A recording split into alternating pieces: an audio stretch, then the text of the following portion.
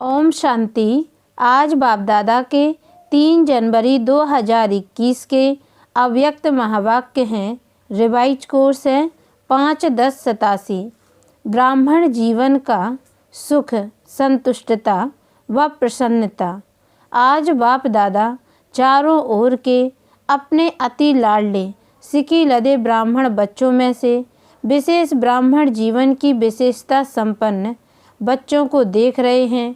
आज अमृत वेले बाप दादा सर्व ब्राह्मण कुल बच्चों में से उन विशेष आत्माओं को चुन रहे थे जो सदा संतुष्टता द्वारा स्वयं भी सदा संतुष्ट रहे हैं और औरों को भी संतुष्टता की अनुभूति अपनी दृष्टि, वृत्ति और कृति द्वारा सदा कराते आए हैं।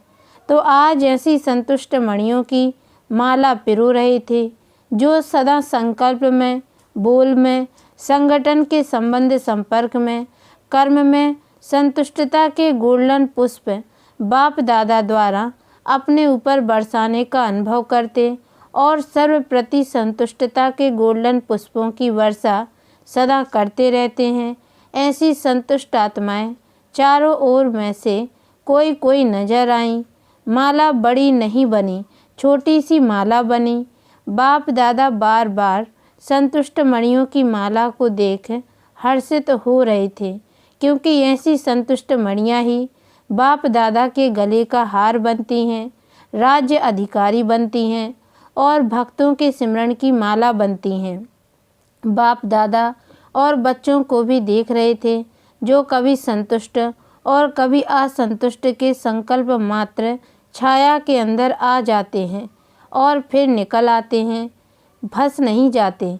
तीसरे बच्चे कभी संकल्प की असंतुष्टता, कभी स्वयं की स्वयं से असंतुष्टता, कभी परिस्थितियों द्वारा असंतुष्टता, कभी स्वयं की हलचल द्वारा असंतुष्टता और कभी छोटी बड़ी बातों से असंतुष्टता। इसी चक्र में चलते और निकलते और फिर फंसते रहते। ऐसी माला भी देखी तो 3 मालाएं तैयार हुईं। मणियाँ तो सभी हैं, लेकिन संतुष्ट मणियों की झलक और दूसरे 2 प्रकार के मणियों की झलक क्या होगी, यह तो आप भी जान सकते हो। ब्रह्मा बाप बार बार 3 मालाओं को देखते हुए हर्षित भी हो रहे थे, साथ साथ प्रयत्न कर रहे थे कि दूसरे नंबर की माला की मणियाँ पहली माला में आ जाएं। रूह रेहान चल रही थी, क्योंकि दूसरी माला की कोई कोई मणि बहुत थोड़ी सी असंतुष्टता की छत्र छाया के कारण पहली माला से वंचित रह गई है। इसको परिवर्तन कर कैसे भी पहली माला में लावे। एक एक के गुण, विशेषताएं, सेवा सबको सामने लाते बार बार यही बोले कि इसको पहली माला में कर ले। ऐसी 25-30 के करीब मणियाँ थीं जिनके ऊपर ब्रह्मा बाप की विशेष रूह रेहान चल रही थी। ब्रह्मा बाप बोले, पहले नंबर माला में इन मणियों को भी डालना चाहिए, लेकिन फिर स्वयं ही मुस्कुराते हुए यही बोले कि बाप इन्हों को अवश्य पहली माला में लाकर ही दिखाएंगे। तो ऐसी विशेष मणियाँ भी थीं। ऐसे रूह रेहान चलते हुए एक बात निकली कि असंतुष्टता का विशेष कारण क्या है, जबकि संगम युग का विशेष वरदान संतुष्टता है। फिर भी वरदाता से वरदान प्राप्त वरदानी आत्माएं दूसरे नंबर की माला में क्यों आती? संतुष्टता का बीज सर्व प्राप्तियां हैं। असंतुष्टता का बीज स्थूल व सूक्ष्म अप्राप्ति है। जब ब्राह्मणों का गायन है, अप्राप्त नहीं कोई वस्तु ब्राह्मणों के खजाने में अथवा ब्राह्मणों के जीवन में, फिर असंतुष्टता क्यों? क्या वरदाता ने वरदान देने में अंतर रखा व लेने वालों ने अंतर रख लिया? क्या हुआ? जब वरदाता दाता के भंडार भरपूर हैं, इतने भरपूर हैं जो आपके अर्थात श्रेष्ठ निमित्त आत्माओं के, जो बहुत काल के ब्रह्मा कुमार ब्रह्मा कुमारी बन गए, उन्हों की 21 जन्मों की वंशावली और फिर उनके भक्तों की भी वंशावली, वो भी उन प्राप्तियों के आधार पर चलते रहेंगे। इतनी बड़ी प्राप्ति, फिर भी असंतुष्टता क्यों? अकुट खजाना सभी को प्राप्त है, एक ही द्वारा, एक ही जैसा, एक ही समय, एक ही विधि से, लेकिन प्राप्त हुए खजाने को हर समय कार्य में नहीं लगाते, अर्थात स्मृति में नहीं रखते। मुख से खुश होते हैं लेकिन दिल से खुश नहीं होते। दिमाग की खुशी है, दिल की खुशी नहीं। कारण प्राप्तियों के खजानों को स्मृति स्वरूप बन कार्य में नहीं लगाते। स्मृति रहती है लेकिन स्मृति स्वरूप में नहीं आते। प्राप्ति बेहद की है लेकिन उनको कहाँ कहाँ हद की प्राप्ति में परिवर्तन कर लेते हो। इस कारण हद अर्थात अल्पकाल की प्राप्ति की इच्छा बेहद की प्राप्ति के फल स्वरूप जो सदा संतुष्टता की अनुभूति हो उससे वंचित कर देती है। हद की प्राप्ति दिलों में हद डाल देती है, इसलिए असंतुष्टता की अनुभूति होती है। सेवा में हद डाल देते हैं क्योंकि हद की इच्छा का फल मन इच्छित फल नहीं प्राप्त होता। हद की इच्छाओं का फल अल्पकाल की पूर्ति वाला होता है, इसलिए अभी अभी संतुष्टता अभी अभी असंतुष्टता हो जाती है। हद बेहद का नशा अनुभव कराने नहीं देता, इसलिए विशेष चेक करो कि मन की अर्थात स्वयं की संतुष्टता सर्व की संतुष्टता अनुभव होती है। संतुष्टता की निशानी वह मन से, दिल से, सर्व से, बाप से, ड्रामा से संतुष्ट होंगे। उनके मन और तन में सदा प्रसन्नता की लहर दिखाई देगी। चाहे कोई भी परिस्थिति आ जाए, चाहे कोई आत्मा हिसाब किताब चुकतू करने वाली, सामना करने वाली भी आती रहे, चाहे शरीर का कर्म भोग सामना करने आता रहे, लेकिन हद की कामना से मुक्त आत्मा संतुष्टता के कारण सदा प्रसन्नता की झलक में चमकता हुआ सितारा दिखाई देगी। प्रसन्नचित्त कभी कोई बात में प्रसन्नचित्त नहीं होंगे। प्रश्न है तो प्रसन्न नहीं। प्रसन्न चित्त की निशानी वह सदा निस्वार्थी और सदा सभी को निर्दोष अनुभव करेगा।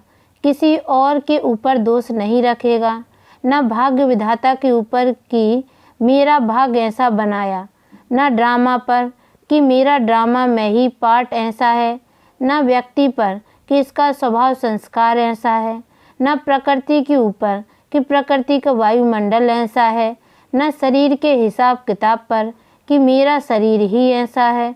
प्रसन्न चित्त अर्थात सदा निस्वार्थ निर्दोष वृत्ति दृष्टि वाले तो संगम युग की विशेषता संतुष्टता है और संतुष्टता की निशानी प्रसन्नता है। यह है ब्राह्मण जीवन की विशेष प्राप्ति। संतुष्टता नहीं, प्रसन्नता नहीं तो ब्राह्मण बनने का लाभ नहीं लिया। ब्राह्मण जीवन का सुख है ही संतुष्टता, प्रसन्नता। ब्राह्मण जीवन बनी और उसका सुख नहीं लिया तो नामधारी ब्राह्मण हुए, वह प्राप्ति स्वरूप ब्राह्मण हुए। तो बाप दादा सभी ब्राह्मण बच्चों को यही स्मृति दिला रहे हैं, ब्राह्मण बने अहो भाग्य। लेकिन ब्राह्मण जीवन का वर्षा प्रॉपर्टी संतुष्टता है और ब्राह्मण जीवन की पर्सनालिटी प्रसन्नता है। इस अनुभव से कभी वंचित नहीं रहना अधिकारी हो। जब दाता वरदाता खुली दिल से प्राप्तियों का खजाना दे रहे हैं, दे दिया है तो खूब अपनी प्रॉपर्टी और पर्सनालिटी को अनुभव में लाओ, औरों को भी अनुभवी बनाओ। समझा? हर एक अपने से पूछे कि मैं किस नंबर की माला में हूँ। माला में तो है ही, लेकिन किस नंबर की माला में हूँ। अच्छा, आज राजस्थान और यूपी ग्रुप है।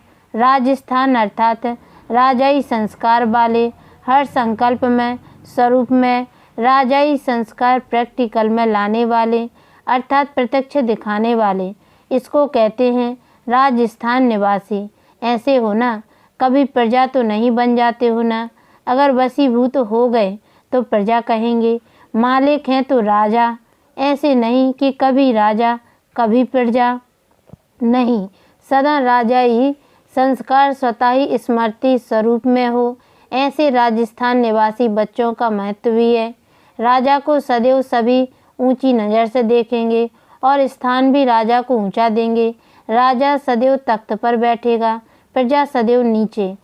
तो राजस्थान के राजाई संस्कार वाली आत्माएं अर्थात सदा ऊंची स्थिति के स्थान पर रहने वाले ऐसे बन गए हो व बन रहे हो, बने हैं और संपन्न बनना ही है। राजस्थान की महिमा कम नहीं है। इस स्थापना का हेड क्वार्टर ही राजस्थान में है, तो ऊंचे हो गए ना, नाम से भी ऊंचे, काम से भी ऊंचे। ऐसे राजस्थान के बच्चे अपने घर में पहुँचे हैं। समझा? यूपी की भूमि विशेष पावन भूमि गाई हुई है।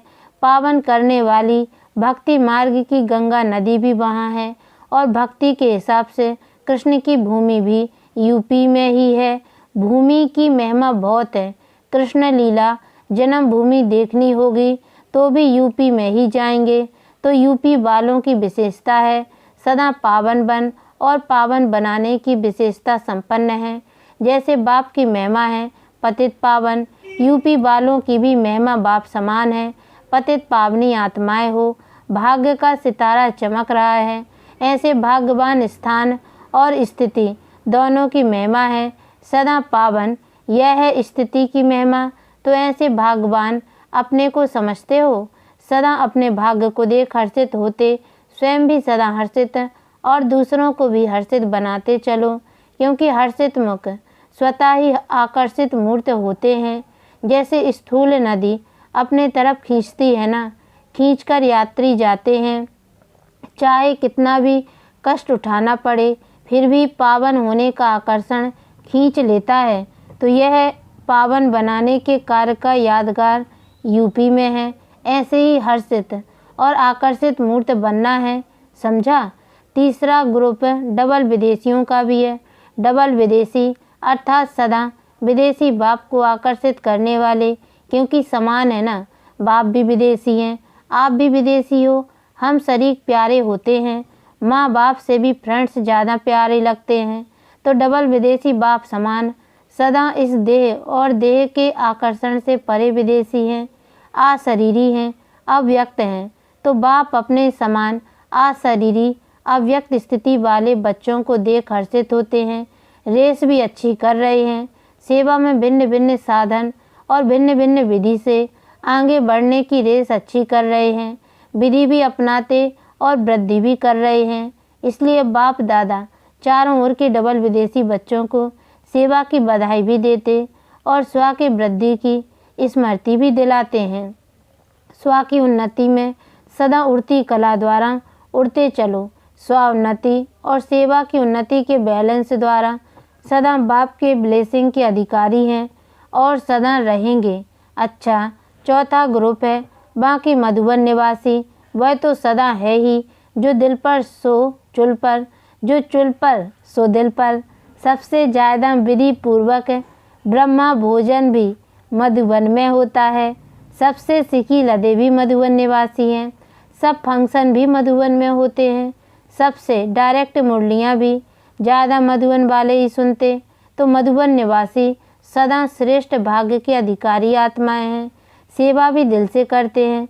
इसलिए मधुबन निवासियों को बाप दादा और सर्व ब्राह्मणों की मन से आशीर्वाद प्राप्त होती रहती है।